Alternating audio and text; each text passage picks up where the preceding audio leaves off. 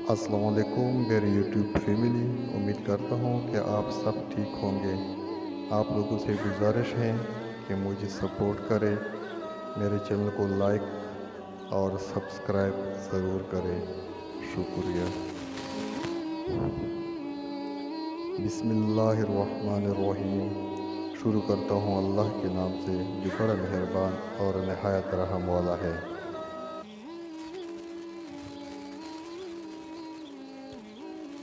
तुम्हारा बदतरीन दोस्त वो है जो तुम्हें गलत बात पर राज़ी करे।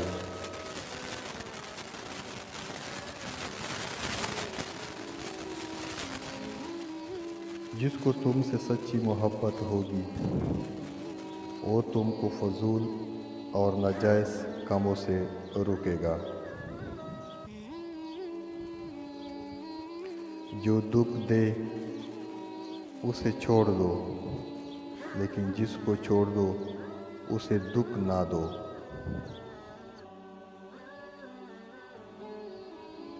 अपने दिन का आगाज़ सदका देने से शुरू करो।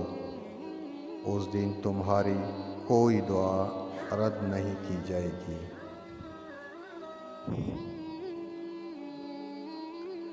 गलत बात पर गुस्सा आना शराफत की निशानी है, लेकिन गुस्से को पी जाना मोमिन की निशानी है।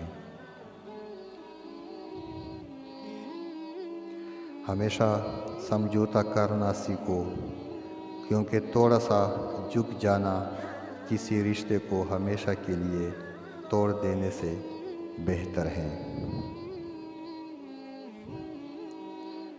ऐसी शख्स को कभी मत गंवाना जिसके दिल में तुम्हारे लिए मोहब्बत, फ़िक्र, इज़्ज़त और चाहत हो।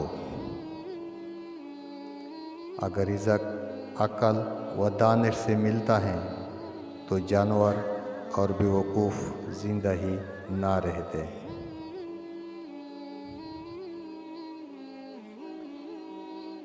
जो शख़्स हमेशा तुम्हारी खुशी चाहे उसका उदास होना तुम्हारे लिए फ़िक्र की बात है।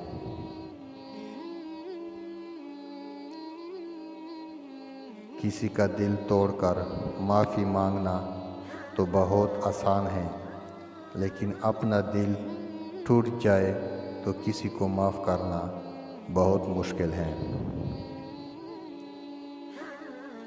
अक्लमंद है वो शख्स जो अंजाम सोचकर काम करे। किसी का ऐब तलाश करने वाले की मिसाल इस मक्खी की सी है जो सारा खूबसूरत जिस्म छोड़कर ज़ख्म पर बैठती है। हसद ना करने से बदन तंदुरुस्त रहता है। ऐसा बहुत कम होता है कि जल्दबाजी करने वाला इंसान नुकसान ना उठाए, और ऐसा हो नहीं सकता कि सब्र करने वाला नाकाम हो जाए।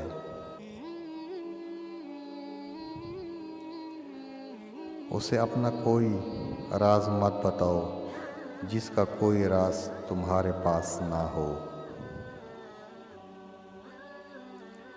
अच्छे लोगों का तुम्हारी ज़िंदगी में आना तुम्हारी किस्मत होती है, और उन्हें संभाल कर रखना तुम्हारा हुनर।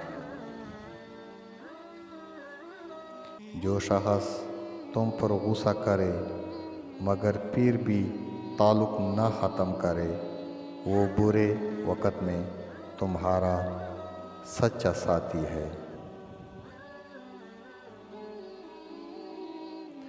सबसे बड़ा ऐब ये है कि तुम किसी पर वो ऐब लगाओ जो खुद तुम में मौजूद हो।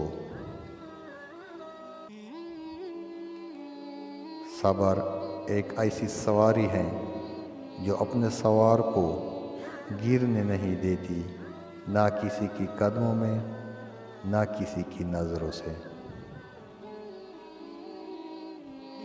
जब कभी तुम्हें अपने रिज़्क में कमी नज़र आने लगे तो कुछ माल अल्लाह को देकर अल्लाह के साथ तजारत कर लिया करो।